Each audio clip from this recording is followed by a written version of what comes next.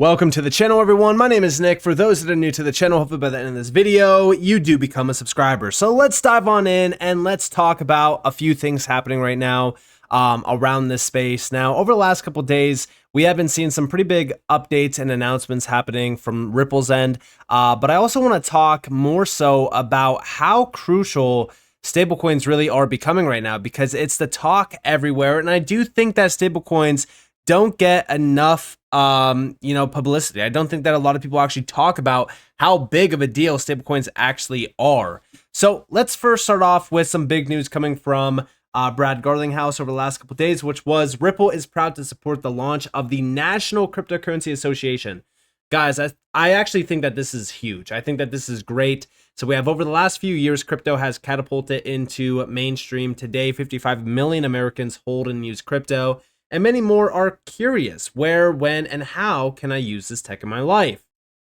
The National Cryptocurrency Association, a chain-agnostic, non-political nonprofit, is here to help by educating and raising awareness of all the utility that crypto technologies are bringing to real people every single day. The NCA is independent of Ripple, but we are proud to support. Learn more below. And here we actually have the announcement. Now, it's a minute-long video. I'm not going to play it because, again, there's no real reason for me to. But we have proud to announce the launch of the National Cryptocurrency Association, a nonprofit organization dedicated to helping Americans better understand crypto. Crypto is becoming mainstream, and the NCA is here to help people navigate the hype and confusion. We will offer education, guidance, and support, and shine a spotlight on the impact that crypto is bringing to real people across the country. Now, when we think about crypto, this is actually one of the biggest pieces that's actually been missing around the crypto space. Education is so crucial for anything. I mean, if you don't understand the tech, you're not going to touch the tech. So when we think about crypto, it's one of those asset classes that there isn't really a lot of information around it. There's not a lot of education in this space. And I would argue that education is probably one of the biggest things that's actually lacking around this space. So this is a big step towards mass adoption, allowing people to understand the tech, learn about the tech, and realize how game-changing it actually is for anything that they're using it for. I mean, how many people actually send money around the world? How many people own a small business that has to pay, overseas contractors? I mean, this is something that could catapult the space even much larger to, the next 55 plus million Americans to hold and, buy and sell crypto, whatever the case may be, or even outside of the US as well. I just feel like, crypto is starting to evolve in a big way. And I think that education is definitely going to be a big piece of this. So I'm actually very excited to see this. Now, outside of this, Ripple also made another big post on their X account, which was talking about stablecoins.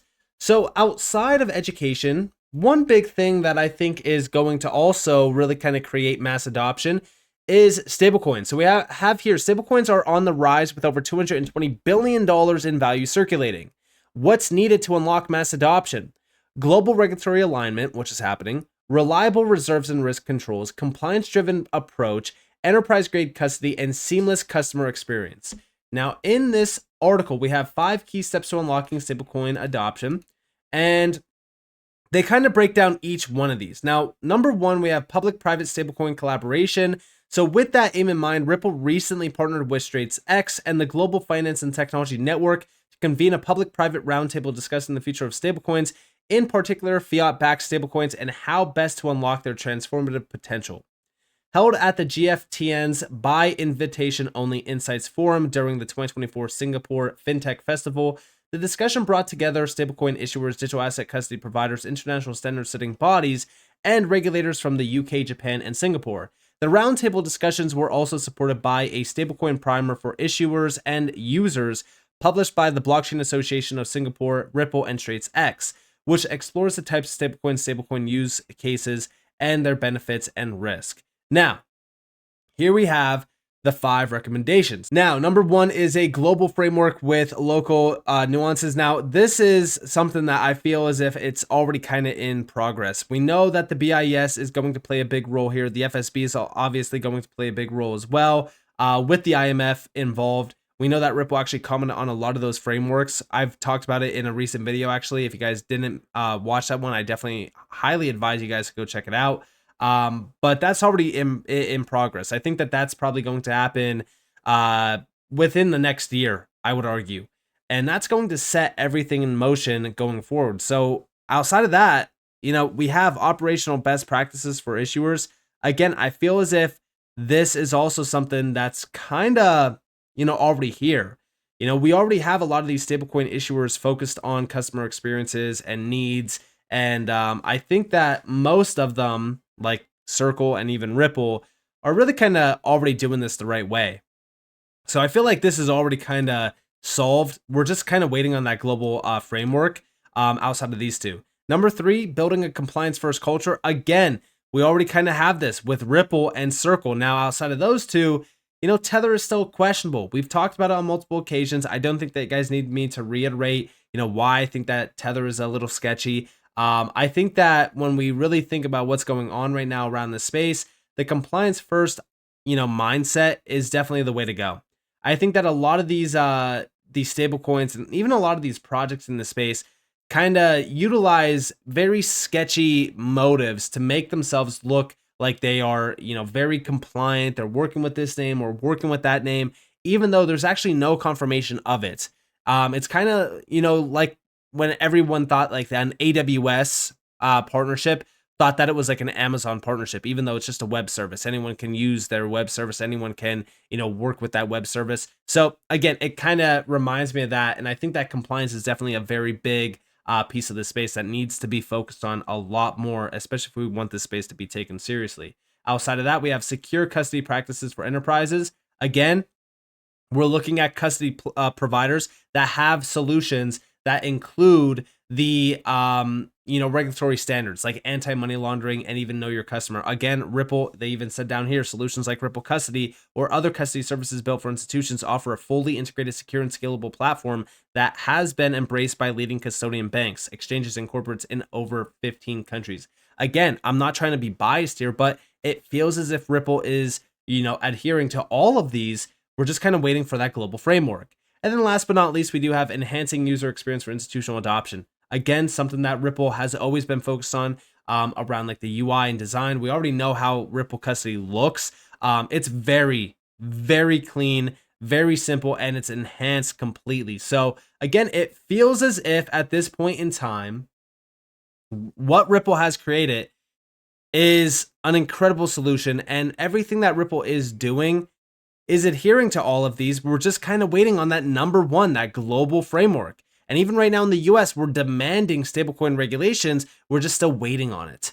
Now, outside of that, we have transforming the financial ecosystem. It's clear that stablecoins are poised to reshape finance by effectively bridging traditional and decentralized finance, but to fully realize their potential and transform global finance as more efficient, interconnected, and inclusive, stablecoins require clear and robust regulatory frameworks that can shield them from risk such as market disruption, security vulnerabilities, and cross-border compliance issues.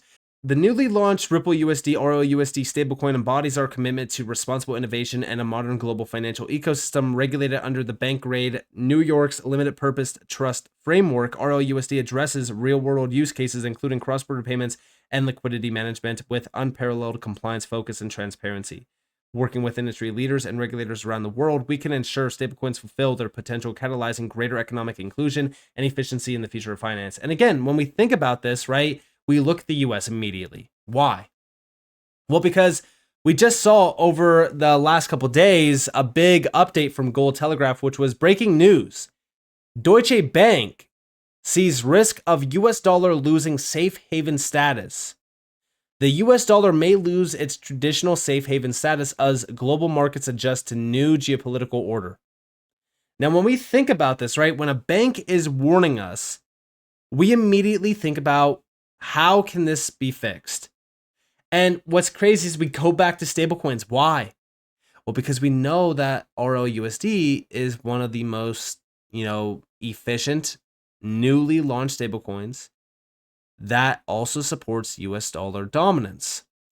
We know back in 2023, there was a great press release by the Financial Services House of the government, right? This is the House Committee. And This was a Wall Street Journal opinion. Stablecoins can keep the dollar the world's reserve currency. Blockchain-based assets could be to finance what Voice of America has been to U.S. diplomacy. Again, when we think about what's happening here, digital versions of the dollar in a world where, digitization and tokenization is becoming a massive game changer, we could very well see stablecoins boost global confidence in the dollar and even provide a big shift around dollar dominance globally to make sure that it remains the dominant currency of the world. Even the Fed told us this back in February. They said the Fed's Waller says stablecoins could back dollar's reserve status. Central banker says the digital assets need clear regulations. Stablecoins could be a net addition to U.S. payment system. Again, when we think about stablecoins, it's everywhere. Everyone is realizing how big stablecoins are going to become. Everyone realizes how big digital assets are becoming. And now it just makes sense. We're now hearing the warning signs. I do think if we go back to this post from Ripple, okay, and we go to that first recommendation for unlocking stablecoin adoption, a global framework, I do believe that we are going to see an accelerated push on stablecoin legislation in and around the US. Reason for that being is because we now have pressure being put on the US dollar, and it has been for years now. Listen, if we go all the way back to 2022, that's when the pressure started to build with sanctions. But on top of this, what better time than now to get this done? It makes a lot of sense. Now, on top of this, let's go over here. Big shout out to Matthew Linois for this. Bretton Woods Committee Unlocking Stablecoins. This might be the path forward for the U.S. financial system. Check this out. Here we have Unlocking Stablecoins, Exploring Opportunities and Risk. This got posted back in February, right around the same exact time that the Fed is telling us stablecoins could back the dollar's reserve status. Here we have Unlocking Stablecoins, Exploring Opportunities and Risk. Here's the executive summary. Governments, banks, asset managers, traditional payment providers, and other stakeholders around the world are taking concrete steps to explore what the future could look like if more financial transactions were conducted via settlement on blockchains. The global dialogue around tokenization, the process of representing traditional financial assets on blockchains, is rapidly advancing due to the potential to reduce cost, speed, settlement, enhance transparency, and increase efficiency through automation and programmability. These potential benefits are why many, including the World Economic Forum, Citigroup, Boston Consulting Group, and others, estimate the trillions of dollars of financial transactions could be tokenized in the next decade. This is a game changer. Now, we also have in this that stablecoins are a tokenized form of currency that aims to perform the functions of traditional fiat currency on the blockchain. They are used as on and off ramps to enable the transition from traditional fiat currency applications to those that take place on blockchains. The value of outstanding stablecoins has grown rapidly over the last 4 years, from total circulation of $4 billion in early 2020 to more than $200 billion today. While the totals are still small compared to the traditional forms of money, this rapid growth and the essential role stablecoins play in facilitating the tokenization of traditional assets make it critical to understand their benefits and risk. Stablecoin use is growing rapidly for several reasons. Unlike traditional payments and even other forms of e-money tokens, stablecoins enable transaction settlement that is direct and near instantaneous. Rather than relying on complex chain of traditional payment intermediaries, this internet-based infrastructure has the potential to deliver financial services to many of the 1.4 billion people around the world who remain underbanked or unbanked, and to reduce costs and friction in the $150 trillion a year cross-border payments market. There are several paths that could enable the G20 to achieve its goals of reducing the cost of and increasing the speed, transparency, and access of cross-border payments. And you know what's crazy about that is that the G20 is working with the CPMI group, with the BIS, and Ripple for cross-border payment efficiency. And it's kind of crazy that they just launched a stablecoin, and now we're hearing about how stablecoins are becoming this dominant force around finance. And here we have stablecoin design requirements for retaining stability, deep connections to banking and payment systems, high quality reserve assets to maximize stability and trust, and then high degree of reserve transparency. What company in this space has a stablecoin that is adhering to all of these, including those deep connections to the banking and payment systems in and outside of the US? You actually can't make this stuff up. It's insane. So with all of that being said, I do believe that right now, considering Ripple's position, their role, their name, how big they are in the blockchain space, I feel like they have a very close connection to the US and a very high probability of becoming a big player in the evolution of the US financial system from the, traditional sense to the digital. I'm telling you guys, Ripple is not playing around here. So with that being said, I hope that you guys enjoyed this video. If you guys definitely leave a like, subscribe, turn notifications on because more free content. You guys are more than welcome to follow me on Twitter and join the free Discord down in the description below. And with that being said, guys, it's been Nick. Thanks for watching. Peace out.